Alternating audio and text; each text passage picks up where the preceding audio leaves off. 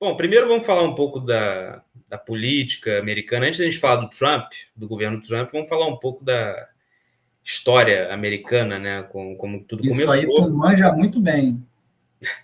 Professor de história, né, cara? Mas, assim, basicamente, galera, para a gente entender como é que funciona a política americana, vamos falar um pouquinho só da história dos Estados Unidos, só um breve comentário, né? E eu vou até pegar aqui, quem sabe faz ao vivo, vou pegar aqui a Constituição Americana, que é bem interessante a gente começar. Mas, basicamente, pessoal,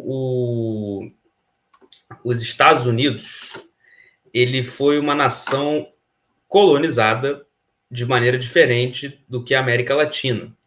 E não é porque teve colônias de exploração e colônias de povoamento. Isso aí é conversa mole, tá? Eu, como professor de história, falo isso.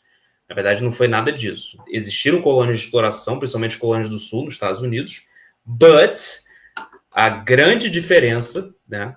A grande diferença está justamente no tipo de colonização relacionada a quem colonizou. E por que eu estou dizendo isso? Ah, porque a Inglaterra era melhor que a Espanha e Portugal? Não, mas é porque a Inglaterra, primeiro, ela não se ligava muito em relação à colônia dos Estados Unidos e deixou para as companhias colonizarem. O que eram as companhias? É como se fossem as grandes empresas marítimas da época. Elas colonizaram os Estados Unidos, né? Começaram a trazer diversos povos, sabe, para os Estados Unidos, fizeram várias colônias, e chega um determinado momento que a Inglaterra passa por uma coisa chamada Revolução Gloriosa. O que foi a Revolução Gloriosa? Foi talvez uma das revoluções mais importantes do mundo que inspirou o famoso Iluminismo, que vai inspirar a Revolução Francesa posteriormente, embora a independência dos Estados Unidos não tenha nada a ver com a Revolução Francesa, ou pelo menos em alguns pontos não tenha nada a ver. Mas a Revolução Gloriosa faz com que, né, esse povo que foi colonizado pelas companhias se preocupasse em formar uma população um pouco mais moderna perante as outras colônias que eram colonizadas pela metrópole, no caso Portugal e Espanha, que colonizaram o Brasil, colonizaram Espanha, América Espanhola, etc.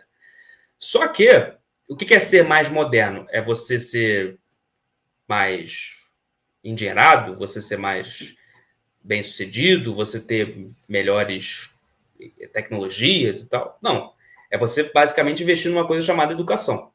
E, de fato, com a Revolução Gloriosa e a colonização feita pelas companhias e a não necessidade de ter que levar para a metrópole inglesa, embora fosse uma colônia, não ter que levar insumos, né, produtos, etc. Ou seja, não ser uma colonização focada para a metrópole, sim para as companhias, fez com que os Estados Unidos se desenvolvessem no quesito educação mais rápido que qualquer outro. Você vê que Harvard, por exemplo, foi fundada no século XVII, sabe, nos Estados Unidos. A primeira universidade do Brasil foi fundada no século XX.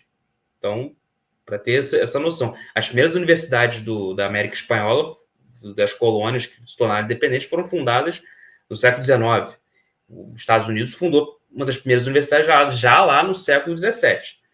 Então, o fato de terem uma educação forte, uma educação mais, pelo menos, avançada em relação aos outros, fez com que o povo tivesse uma noção de independência muito mais forte do que outros colônias que também tiveram, enfim, etc. Aliás, a independência dos Estados Unidos influenciou alguns movimentos no Brasil, tipo a Inconfidência Mineira, enfim, vários outros. Mas vamos falar aqui um pouco. O que acontece nessa história toda? Depois que a Inglaterra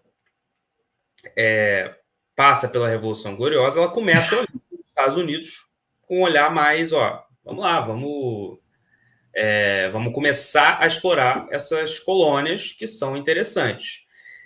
E existia um momento da história em que os franceses também olharam e também fizeram parte da colonização dos Estados Unidos, também quiseram fazer parte da colônia.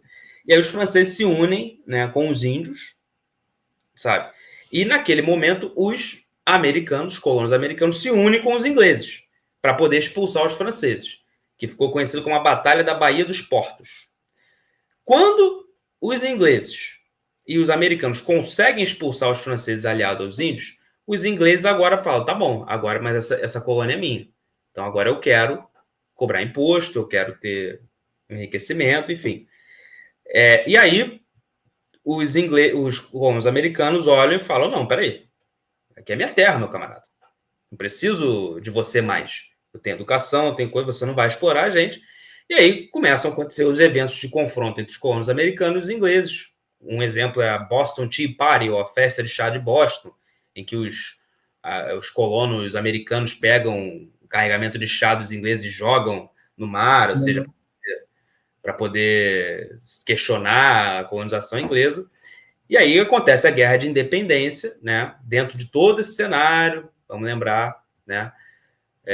Da colonização e da independência americana, né? E aí os americanos conseguem independência e formam a primeira Constituição.